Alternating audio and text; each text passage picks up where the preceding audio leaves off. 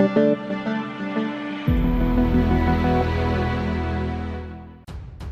to hard reset Itel S23 Plus. Step 1. In the first step, make sure that your device is switched off, if not hold power key. Step 2. Secondly, keep pushing together the power button with volume up for a while. Step 3. When the recovery mode pops up, use the volume keys to navigate and the power button to select.